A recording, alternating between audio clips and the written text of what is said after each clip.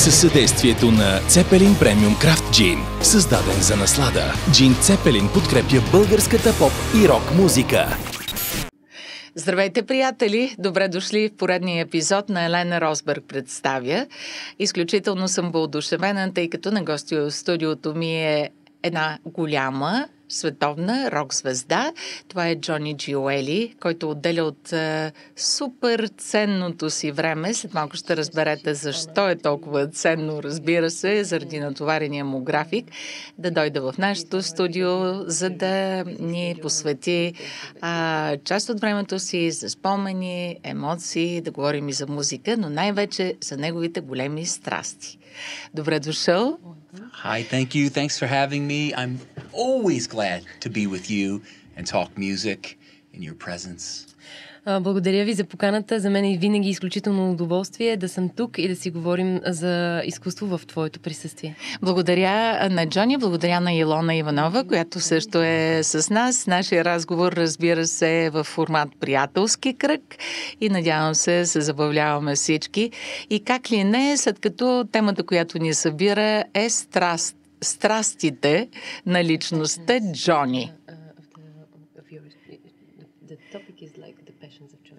Yes. Добре, Джони, би ли разкрил за нас, ако ти дам възможност да подредиш, може би, първите 3 или първите 5 занимания, хобита, любови, за които би искал да ни разкажеш, посветени на такава тема, Джони Джиоели и неговите страсти?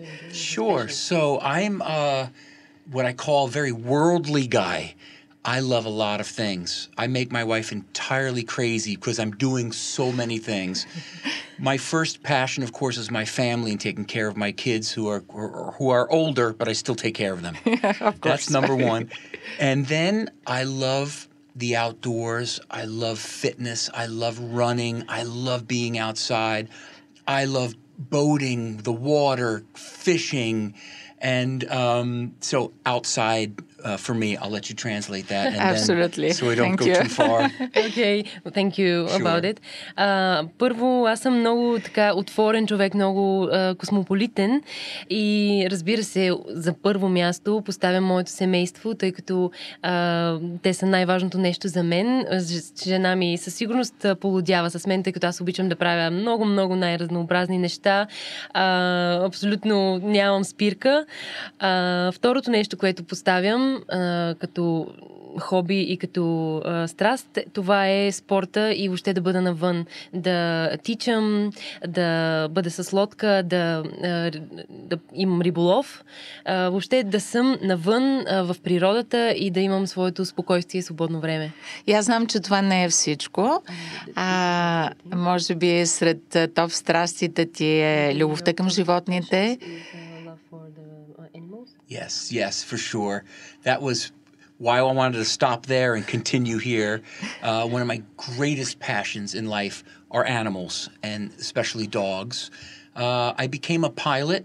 I fly airplanes, single engine, twin engine, and for now, how old is my daughter? Because at 26, I started flying. Oddly, when my daughter was born, most people would see that as a risk, but I saw it as an opportunity to maybe fly away if she wasn't a good kid. No. So I took this passion for flying and my passion for animals and combined it. And in my spare time, I fly for Pilots and Paws, where we go and rescue dogs from kill shelters. And I load as many dogs and cats as I possibly can into my own airplane, and I fly them to safety. Разбира се, за това спрях тук. Това беше третото нещо, което щях да кажа, че третата ми страст, това е любовта към животните, по-специално към кучетата. Може би ще изглежда странно, но аз се научих да пилотирам самолет едномоторен и двумоторен и в свободното си време отивам и спасявам кучета от приюти, които знам, че те най-вероятно ще бъдат убити. Може да изглежда странно, че започнах да пилотирам самолет, когато дъщеря ми се роди, може би за да избягам, както Джони се пошегува. Да, преди 26 години. Да, преди 26 години, може би за да избягам, ако тя е лошо дете. Но това, което правя в свободното си време, е да се грижа за животни, кучета и котки в беда, като от тези приюти товаря възможно, доколкото позволява капацитета на моя самолет, за да ги спася. А ти лично имаш ли куче? Имате ли в дома си кучета, други животни? I do. I have two very old geriatric dogs. Just old dogs. Ah, okay. Very old. My boy named Hobo, that we call Bobby, and a little girl named Alice, and she's a little Labrador. So I have a bird dog and a Labrador, and they are the light of my life, these two dogs. Да, имаме две кучета вкъщи, които са вече доста възрастни. Първото Хобо, който ние наричаме Боби, и Алис, която е страхотен лабрадор. И те двамата живеят в нашата къща и се разбират изключително добре. А предполагам, че вашата къща е разположена на място, което е удобно и за риболов, и за отглеждане на животни, и да имаш самолет. Не знам този малък самолет дали е близост до къщата, и място, на което ти да тренираш, да се занимаваш с физическа активност. Така ли е? Yes, so luckily I live in a beautiful area in New England where the house can accommodate just about everything. So you're both invited. We have plenty of room. Thank you. You're welcome. And so the airplane is close to the house in a hangar. And yes, so plenty of dogs can come to my house. It's plenty big. And I live in an area where I'm on the shoreline. And from my house, I can literally see Long Island, New York. So I live in the state of Connecticut. So we have lots of water. I enjoy being out on my boat. And sometimes when the sun is going down, it's very often that we'll grab a small bottle of wine and jump into the boat and watch the sun go down. So it's really an absolute blessing of an area to live in to accommodate all the things that I love to do. Do you have this one? Yes, I have it. Да, разбира се, къщата ми е на място, което може да обеме всички тези неща, за които разказах. Тя се намира на брега в Connecticut. Място се нарича New England и всъщност самолета се намира в хангар в близост до къщата, а пък от самата къща понякога имам възможността вечерно време да си хвана една бутилка вино, красива, да гледам залеза, който е красив.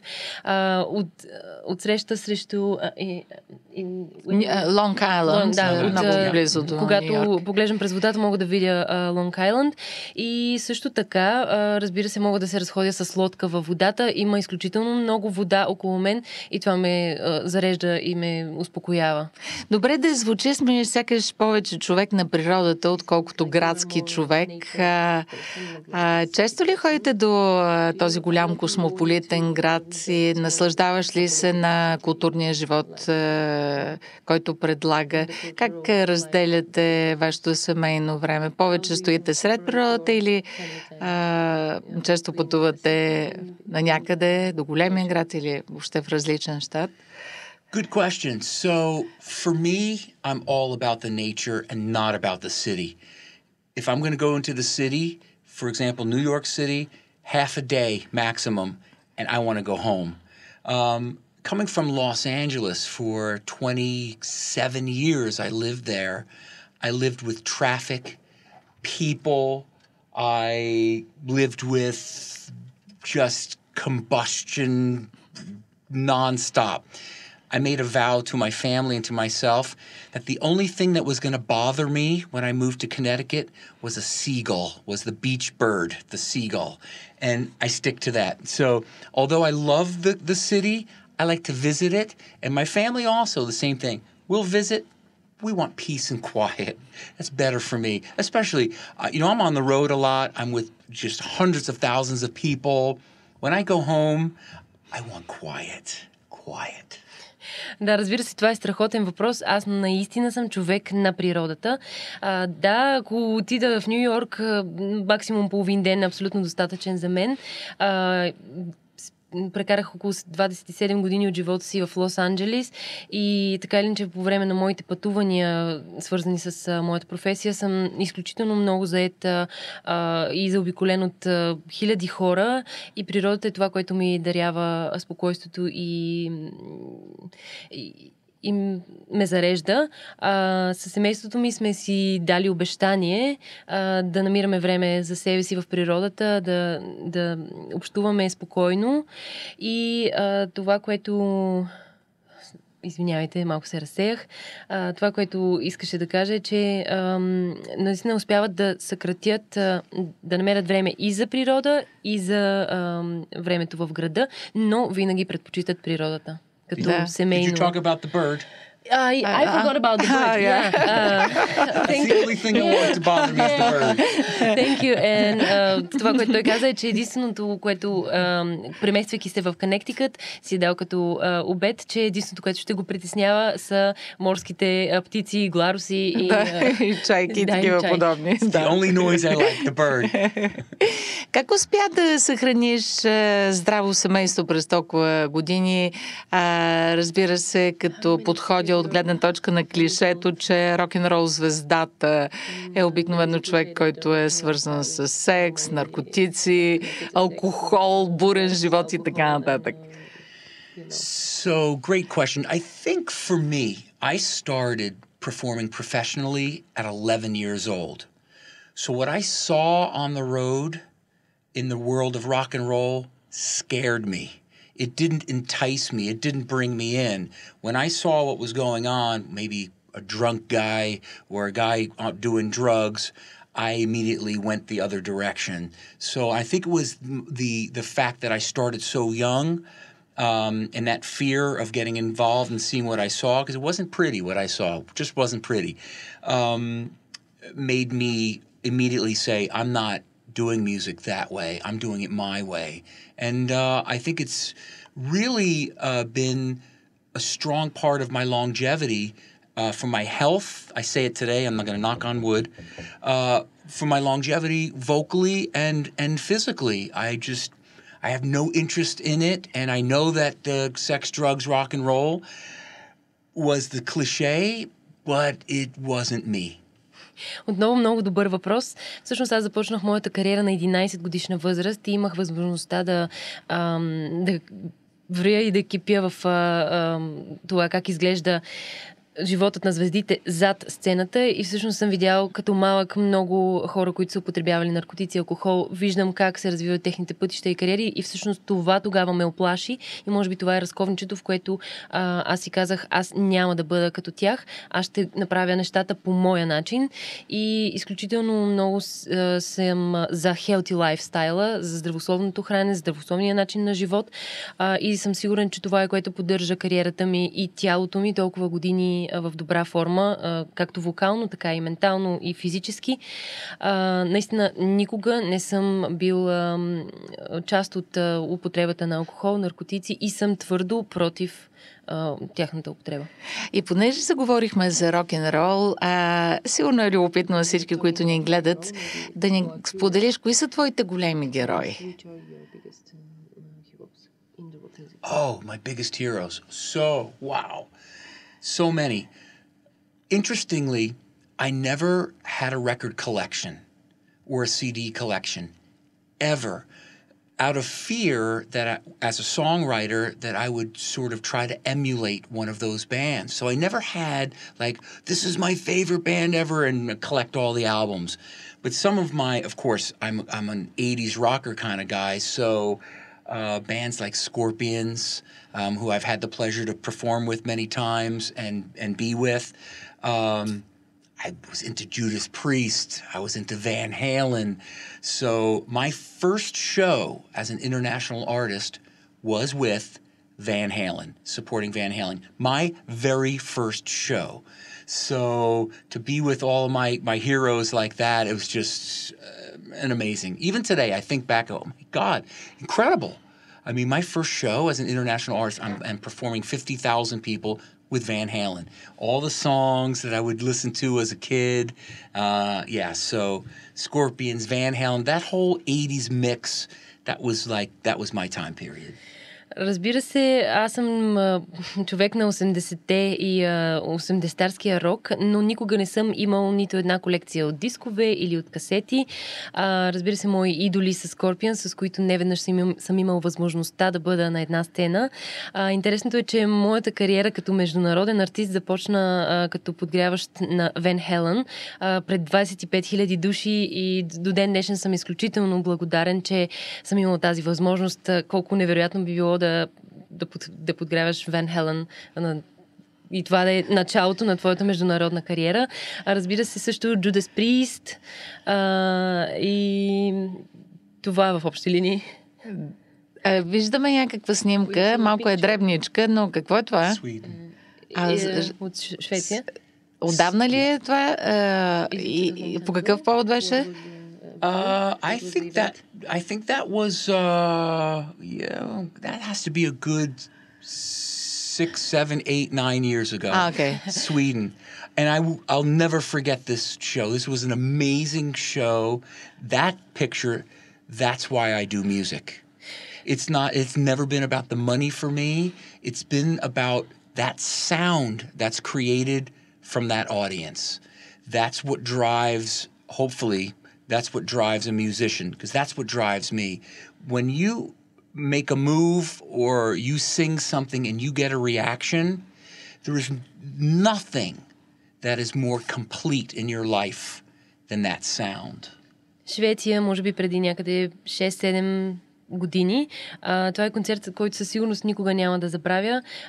И това е причината аз да правя музика не заради парите, а заради тази тълпа, шума, който тя прави, реакциите, които получаваш ответно от публиката. Това е, което зарежда и кара един музикант да продължава напред.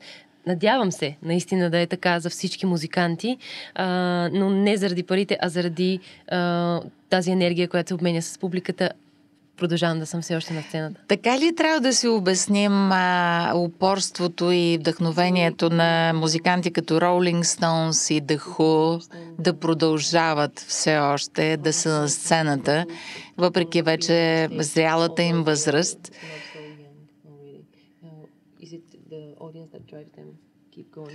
Definitely. Absolutely. And I'll tell you a little story.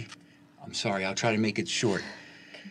When I was signed with Universal Music, MCA, we had one of the largest money deals in a long time. And I can tell you we're all family here. It was over $8 million deal for a new band that was very big. And when the grunge music came in, you know, the Pearl Jams of the world and the Soundgardens of the world, and that record deal sort of fell apart, I didn't once think about the money. Wasn't even a thought. What I thought about was, am I not going to hear that sound, that of the audience? Am I not going to see the reaction? Is my music not going to affect people anymore? Will anyone know me anymore? This is what goes through your mind. Rolling Stones, The Who, they're on that stage because that is what makes them. And they have to hear that sound too. I don't care how old you get, that sound is infectious. Sorry. Определено. It's okay. Определено това е, което със сигурност зарежда музикантите и им дава енергията, продължават да творят. Когато ще разкажа една кратка история. Когато подписах първия си договор с Universal за огромна сума, мога да споделя, защото ние тук сме приятели, от повече от 8 милиона щатски долари, тогава за абсолютно сега нова създадена група, това беше изключителен успех и изключително голяма сума, но не това, което не беше това, което ни караше да продължаваме напред. Шума на тълпата, ответната реакция, която получаваме при всеки един наш концерт, това е, което кара и Rolling Stones, и всичките големи групи да продължават напред. И когато Universal се разпадна, въпросът, който стоеше пред мен, беше: ами моята музика ще бъде ли слушаема сега? Ще стигне ли до хората? Как тези хора ще разберат, че аз правя нова музика? Как въобще някой ще чуе ли сега моята музика, след като нямам лейбъл, който да я разпространява? Така че наистина хората и от тяхната ответна реакция, енергията, която ни даряват обратно, когато сме на сцената, това е нещото, което ни зарежда и ни кара да продължаваме напред. Ти си участник и свидетел на музикалните явления, музикалните промени през последните няколко десетилетия. Как според тебе развитието на съвременните технологии, новите модерни тенденции повлияват върху музикалната сфера глобално? It's an excellent question. You know, for an old school rock and roll guy like me, the technology has only made it easier to make music quicker. But I don't use all of the technical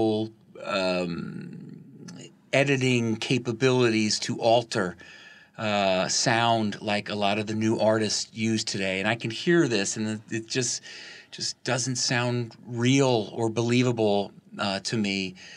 I'm still an old school singer where I sing the verse, and if I don't like it, I sing it again. And there's a concept that new bands don't quite understand, like, oh, we'll fix it in the computer. So this technology, while it's made it wonderful to be able to interact with different countries. Of course, you know, my main producer, Alessandro's in Italy, and it's so nice to be able to technically communicate. But I don't use it to alter my music. I use it to make it quicker. Изключителен въпрос. Благодаря ти за което. Единственото, което промени техническия напредък е това, че ми помогна да правя музиката си по-бързо. Аз съм рокаджия, old school рокаджия от 80-те и това просто ми помага. Not old man, old school. Old school, Yeah, of course. Old school, of course. You're just 28, as we know. Това, което направи технологичния напредък, е просто комуникацията по-лесна. Това аз не използвам технологията за да променям своя звук. Ако изпея припева и той не ми харесва, аз го пея отново. Така че не променям, не изменям начина, по който се записват нещата чак толкова много, така че да не мога да ги позная. Да, много от младите групи изпяват или записват нещо и казват, после ще го правим с програмите за едитиране на музика, но в случая технологията просто ни позволява да комуникираме по-бързо с моя основен продуцент Алесандро, който е в Италия. И с технологията просто напреднахме в бързината на правене на музика. I thought of a funny story. Yes. Because you mentioned the Who.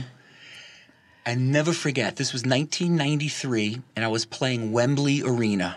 Sold out, 2 nights, Wembley Arena, young kid. My wife was there, but she was my girlfriend at the time, and she hit me in the arm and she said, "Look at that guy over there. He thinks he's Roger Daltrey." And I said, "Honey, He is. It is Roger Daltrey." And you should have seen the look. Okay, that just came into my mind. How do you translate that? I'll see, I don't know. You can do it. Сега сещам за една забавна история. 1993 година в Уембли Арена, която беше абсолютно разпродадена за 2 дати напред. Трябваше да изпълняваме и жена ми тогава, която тя беше все още моя приятелка, ме побутна по ръката и каза: "Хей, това е..." Can you say the name again? Роджер Долтри. Роджер Долтри. Този човек си мисли, че изглежда като Роджер Долтри. Да, прави се на Роджер Долтри. Да, прави се на Роджер Долтри. И аз я погледнах и казах: "Не, всъщност той е Роджер Долтри." Yeah, с с коя група тогава излезе на Уембли? I was on tour. It was Hardline and Extreme. Hardline and Extreme. Yeah. Бях на турне с Hardline и Extreme. Това си ти? That's me. In action. That's me in action. Yes. Да, това съм аз в... Do you know the funny part of these shows is I give it such energy that I can literally, how do you say it, wring out my shirt and the audience goes, "Wow," because I really give them all of me. When I'm finished with the show, I am like ready to collapse. And the sweat is so much that I can literally squeeze my shirt and they love it. Интересното за мен е, че давам толкова много енергия по време на изпълненията си, че абсолютно мога да изтискам пота от тениската си, сякаш е вода и публиката направо поудява и истината е, че аз им давам всичко от себе си и когато свърша шоу съм готов абсолютно да колабирам и имам нужда от почивка, защото съм се раздал напълно за публиката. Една от големите дискусии, която така докосва рок-музиката е дали рокът е още жив, след като не виждаме около нас големите, титаничните рок-герои, големите стадионни банди, всички тези легендарни големи музиканти, които бяха на сцената, на авансцената до началото, може би, на новото хилядолетие. Ти оптимист ли си? Въобще какво мислиш от гледна точка на това? Дали се задават новите големи герои в рок? Yeah, so I think there's no question, and I can speak for America, there's no question that what we call our old school rock and roll has certainly diminished. The fans exist, but they're now old like me. And so it's just not prevalent, it's just not as successful or as viable. I'm sorry, I'm using words. I'm trying to think of like simple words. Yeah, viable is understandable. Okay, viable, popular as it was. It just simply is not.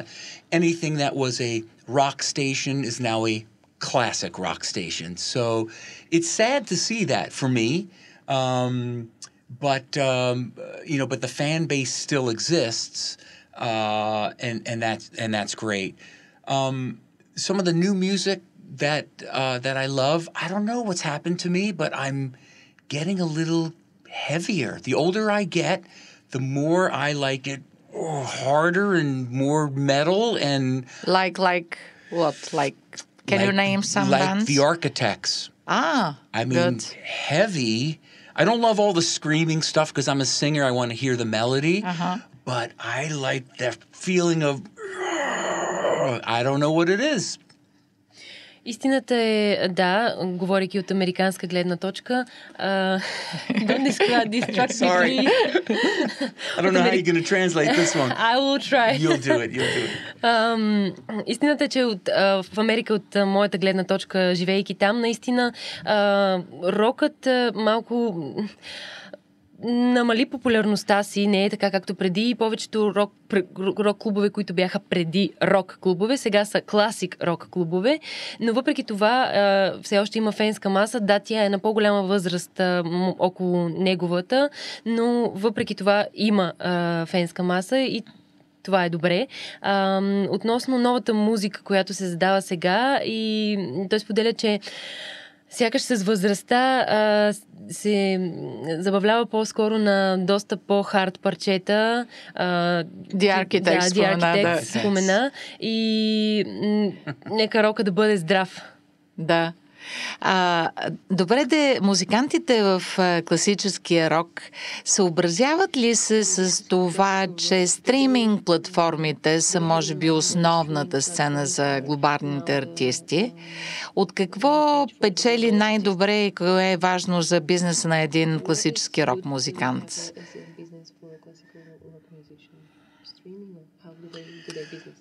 So, what's happened in this world of streaming is the classic rock bands have had to conform, have had to fix what their old school thoughts are and adapt. It's been hard. As a matter of fact, I formed a company in America called Starving Artist, which is a play on words, to help bands, a lot of classic bands, discover how they can make their money on these streaming platforms. They don't know how to connect their songs for their royalties. It's a whole new world for an artist from, let's say, the 70s. How do they fit into this? Who helps them?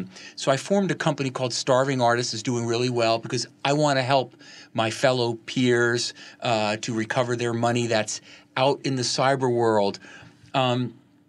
I think in one respect, it's incredible that we can put out a song and know that it's going to be broadcast, worldwide on streaming services.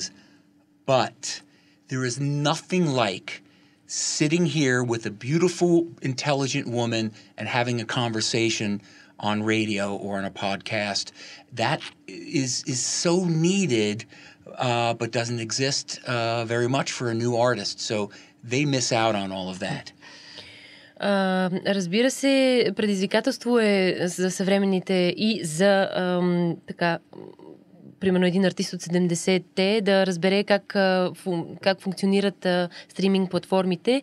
И точно за това аз съм основала една компания, Starving Artists, преведено на български гладни артисти, което е игра на думи, в която помагам на свои приятели, музиканти и млади и по-големи да се запознаят с това как функционира и как те могат да съберат своите дивиденти от стриминг платформите. Да, от една страна е страхотно това, че музиката ти чрез тези платформи може да достигне навсякъде по света, но от друга страна е важно да знаем как те функционират, така че да не губим своите дивиденти по време на нашето развитие в кариерата. Имам още един въпрос, който доста ме вълнува напоследък. По каква причина според теб някои от най-големите световни музикални звезди продават изцяло своите каталози?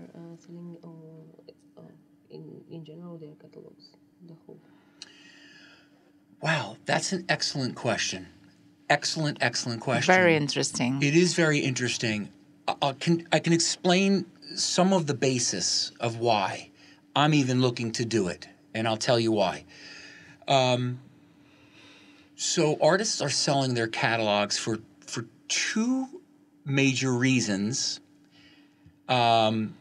and investors are buying it for a number of reasons. Artists who are getting kind of up there in age, I look at my income monthly from the revenue of my music, and I go, it would be nice to have all of that in one big chunk now so I can do other things. I can invest it, I can enjoy my life, I can retire if I want. And that's what a lot of the artists are doing. Bruce Springsteen, Chili Peppers did it, rock group Journey, Neil Young. Justin Timberlake even. Yes. He's still young. Yeah, he's young. That was an interesting one for me. I don't know how they spend their money, but maybe they needed the money. In cinema, probably. I don't know. Yeah. Maybe. So the number one reason is the artist is getting older and they're like, you know what? I'm going to cash in now like winning the lottery and I'm just going to relax. Number two, they may need the money. I don't know. I don't know their financial situation. On the investor side, again, speaking mostly for America, the investments are very small now. Housing is bad. Banking is bad. Investors are looking for guaranteed money. And when they buy a catalog from me, they know that every month they're going to make money on their catalog. So those are the reasons. Yeah. Да, разбира се, това е изключителен въпрос, за който много ти благодаря. Първата причина от гледна точка на изпълнителите, това дори аз се замислям да го направя, първата причина е, че по този начин те могат да съберат дивидендите от своята музика наведнъж, не да го събират от различни места, а с течение на времето, когато остаряваш, би искал месечният ти приход да бъде ясен и това е начина, по който продавайки своите каталози, знаеш, че от едно място този приход ще идва месечно. Другата причина би могла, че те просто имат нужда от тези средства, тези пари да бъдат при тях. А от гледната точка на инвеститорите е това, че в момента пазар е доста нестабилен, говорейки от американска гледна точка. Банкирането, въобще недвижимите имоти, всичко е доста нестабилно и продавайки музика, която е много известна, това със сигурност им дава уверението, че те всеки месец ще имат приход, който е абсолютно сигурен приход. И е много интересно, че Red Hot Chili Peppers, Journey и Брус Спрингстин, Пинк Флойд, и разбира се, Нил Янг, Джастин Тимбърлейк. Боб Дилан, exactly. Да, интересното е, че Джастин Тимбърлейк продава своите каталози, който е твърде млад. Не знаем каква е неговата причина той да го продаде, но основните причини от изпълнителска и инвеститорска гледна точка са това. А смяташ ли, че има някаква дискриминация по отношение на така по-зрялата част от рок-музикантите в Америка, тъй като на преден план и в класациите, и на големите фестивали виждаме по-скоро рап, R&B, хип-хоп и поп-звезди?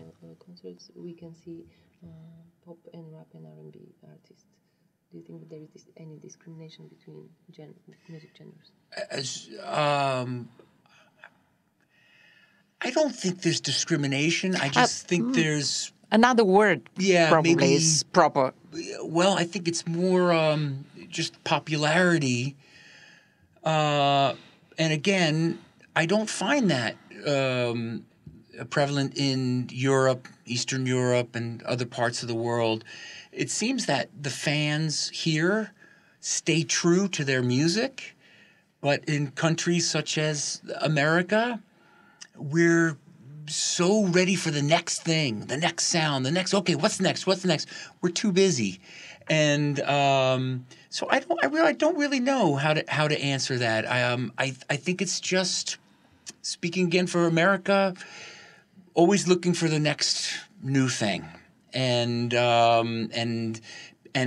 the younger fans gravitate towards that. So that's why I come here a lot, because it's where my fans are, and so it just makes sense for me. When I go home, I come here a rock star. I go home a rock star for about 5 minutes until my wife says, please take out the trash. Okay. And then I say, honey, I have people to do that. She goes, you're home now. Take out the trash. Okay. Yes. Разбира се, не бих казал, че думата е дискриминация, но просто така се развива популярността. Това в момента се котира на музикалния пазар, в музикалния бизнес. Специално Америка е винаги готова за следващото ново нещо, следващия нов звук. Сякаш там хората са много по-отворени за следващото и за следващото и за следващото, като какво ще се предложи на пазара, докато тук в Източна Европа и въобще в Европа все още хората са настроени да слушат качествена рок-музика. Имам много фенове тук, както се пошегува, за това идвам често тук. Разбира се, моята музика е там, където имам хората, които да я слушат. И, както каза той, аз се прибирам вкъщи като рок-звезда до първите 5 минути, в които жена ми не ми казва, моля те да изхвърлиш букулка. И аз си казвам, скъпа, аз имам хора, които да направят това вместо мен. И тя казва, да, но ти сега си вкъщи. Така че бъди Джони Джиоели, а не рок-звездата. Така че това е абсолютно нормалното развитие на нещата и да, младите хора много често обръщат повече внимание на тази музика, отколкото на рок-музиката, но това е абсолютното нормално развитие на нещата. Интересно ми е да коментираш още един казус, който обаче е строго специфичен за България в момента. Върви една дискусия за това дали трябва да има задължителна квота за българска музика в ефира на националните медии, радио и телевизия.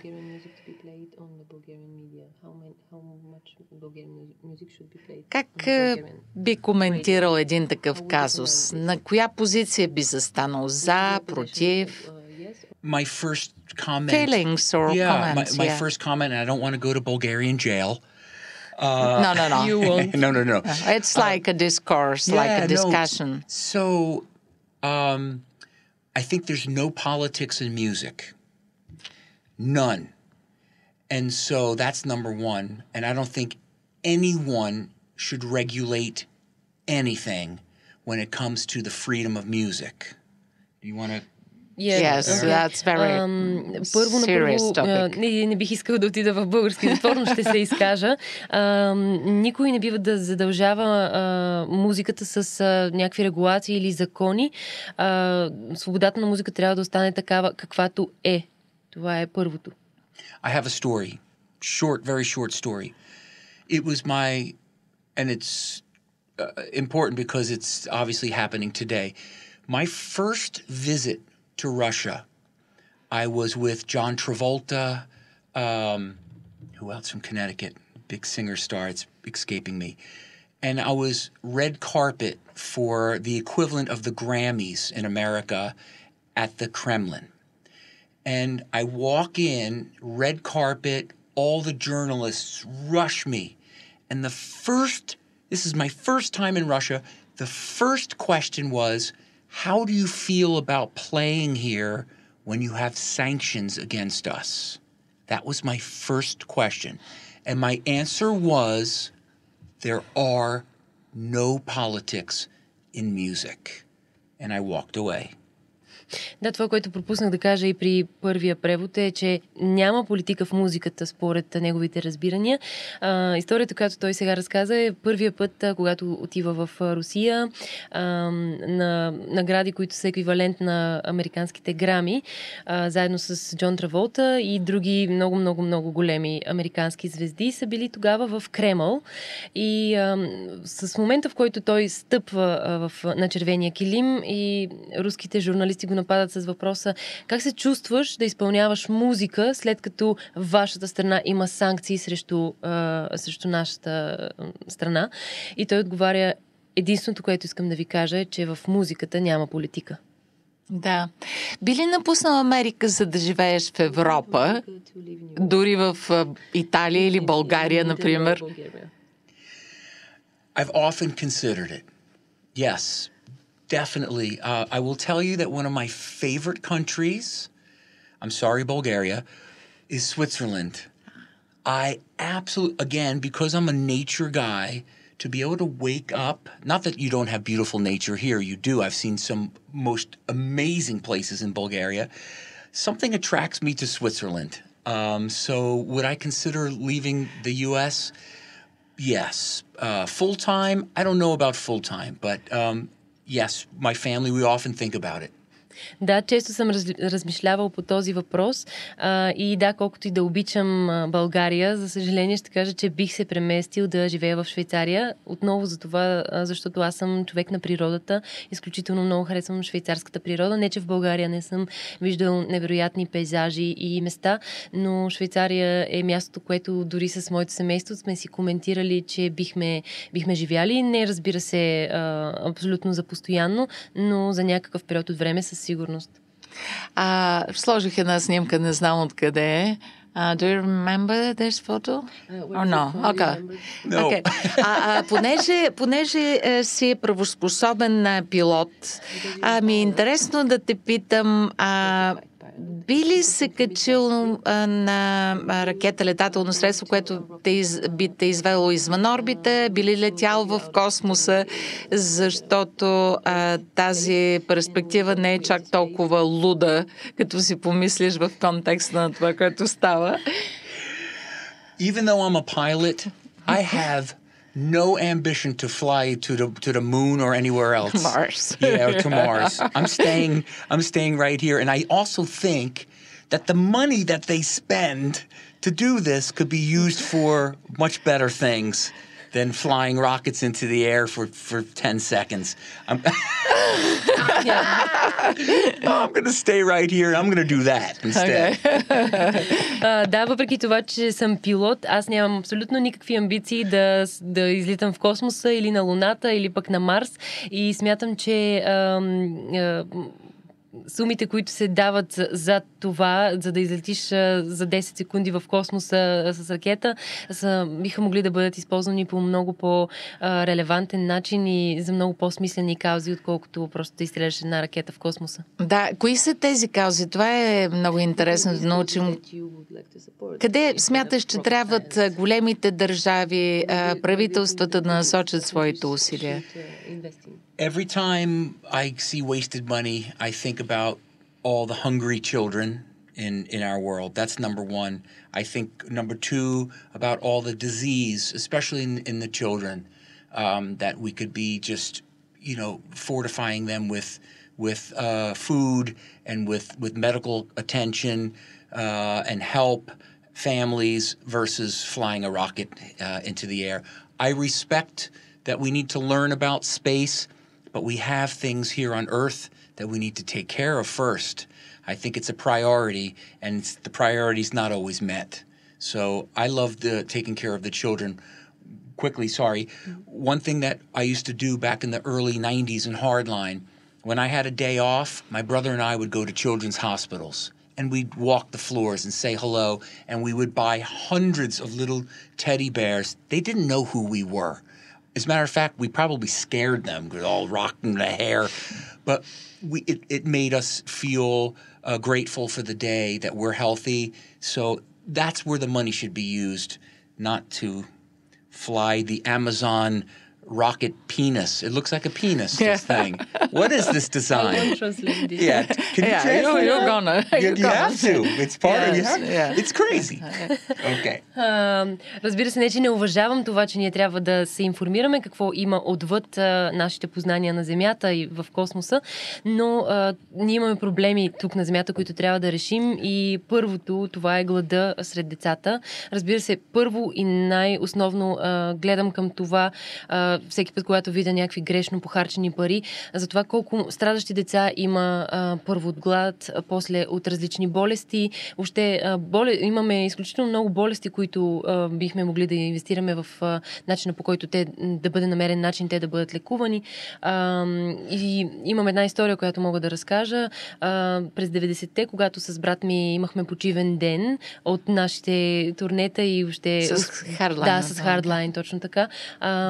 Успешната им кариера тогава, защото те са на върха, млади. Във всеки един почивен ден посещават детски болници. Може би децата са били оплашени от големите им къдрави дълги коси до кръста, но те са носили мечета и други подаръци за децата, за да ги зарадват в свободното си време. Did you talk about the flying penis? Не. Какво каза, че всъщност космическата ракета, космическия кораб прилича на летящ пенис? Да, точно така. Да.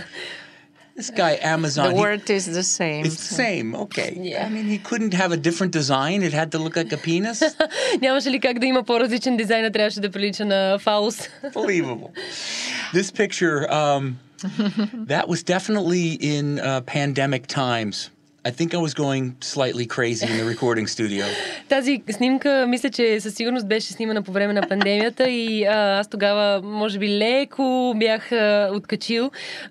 Да, както всички нас по време на пандемията. That's correct. Which that might have made me completely crazy. Добре, като цяло, след това, което преживяхме с пандемията в рамките на 2 години. Ние пък преживяваме в Европа война, което е шокиращо за континент, който е живял в мирни времена за много дълго време. А ти песимист ли си или оптимист по отношението на бъдещето, което ни очаква?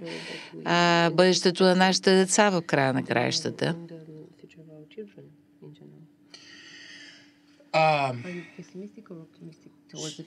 So I am an optimist by nature, and every day that I wake, I'm grateful for the day. A song, for example, that Sevi and I did together, Song of Hope, I live by that. I believe that hope, there it is. Hope is what we need to focus on, and not looking back, not worrying what's behind us, but what's in front of us. I live by that mantra. Do you know that word? Yeah. Okay. And so I feel that the younger generation, like my children, will fix a lot of us old people who are stuck in our old ways of thinking about war, old men with guns. I think my children's generation are going to cure this world. So I have hope that they will do it. I don't have much hope that my generation will, because we're stuck in our ways. But I have hope that things are going to change. And I believe that as music circulates more and more around the world, that is also our cure. There's nothing more medically perfect than music to make you feel great. Да, разбира се, аз като човек съм първо и винаги позитивно настроен. Затова и нашата песен с Севи се нарича надежда, hope. И наистина се надявам, че това, което ни очаква, са само хубави времена и изключително много залагам на това, че младото поколение, поколението на моите деца, е това, което ще излекува проблемите, които има неговото поколение. Тези стари модели, които са толкова вкоренени в предишните поколения. Изключително много се надявам, че младите поколения ще разчупят тези стари модели и ще хвърлят една нова светлина, поглед между комуникацията между хората, войните и всичко това ще бъде преодоляно по един нов начин с нови модели, които идват от новото поколение. Затова изключително много залагам на добротата в младите хора. Искам към финала да те питам, коя е музикалната мечта, която все още стои пред теб, която все още не е реализирана, а искаш да осъществиш? Wow. So I now have 99 albums released worldwide. I'm working on 100 right now, literally. And my dream is to continue to create albums until people tell me to stop. So when I can't sing well anymore, I'll let the people decide and then I'll stop. But I have one more quest in music. 2. One, I want to also sing a duet with Pink. I've always wanted to. I think our voices will connect. And 2, I'm working on a new metal album. And I'm telling you guys first here, no one knows about this. It's a project called Enemy Eyes. And this is something I've always wanted to do. The entire album is ready to go. And so you're hearing it. Thank you. The information. Any the names? First. Not yet. Okay. I've told you enough. No. Okay. Това, което много важно пропуснах да преведа от предния въпрос е, че той вярва, че музиката е това, което лекува хората и душите на хората, така че изкуството е това, което ни дарява със светлина и лекува душите ни. В крайна сметка невидимото е това, което ни кара да се движим напред. Относно музикалните мечти, той споделя, че е изпълнител, който има 99 албума, издадени в целия свят и ще продължава да пее, докато може да пее и докато публиката не му каже не, млъкни. Ще продължава да бъде на сцената, защото това е, което го кара да се чувства жив. Но има все пак 2 мечти, които не е осъществил. Първата мечта, моля те, помогни ми. Да прави дует с Пинк? Да направи дует с Пинк, защото смята, че гласовете им ще си паснат изключително добре. А втората мечта, която е вече в реализация, е един нов метъл проект, за който той споделя изключително ексклузивно за публиката в България и публиката на този подкаст, наречен Enemy Eyes. За съжаление обаче не можем да издадем кои са имената, които ще бъдат включени в този проект. Enemy Eyes? Enemy Eyes is the project name. We'll remember the title and the name. Yeah, it's going to be absolutely incredible. It's something I've always wanted to do. It's heavy and it will be shocking for a lot of people. Това е нещо, което винаги съм искал да направя. Ще бъде много тежко, много хард рок, много метъл по-скоро и хората ще бъдат изключително шокирани и изненадани от предстоящия проект Enemy Eyes. Благодаря на Джони, че разкрие толкова разнообразни страсти, хобита, мисли и коментари, специално за публиката на Radiocast. Thank you. Thank you for having me always. I appreciate you. Thank you. Благодаря, че ме поканихте. Винаги съм изключително благодарен и щастлив да бъда заедно с вас. Благодаря, Илона, специално и на теб. И аз благодаря. Това е края. Със съдействието на Zeppelin Premium Craft Gin, създаден за наслада, Джин Zeppelin подкрепя българската поп и рок музика.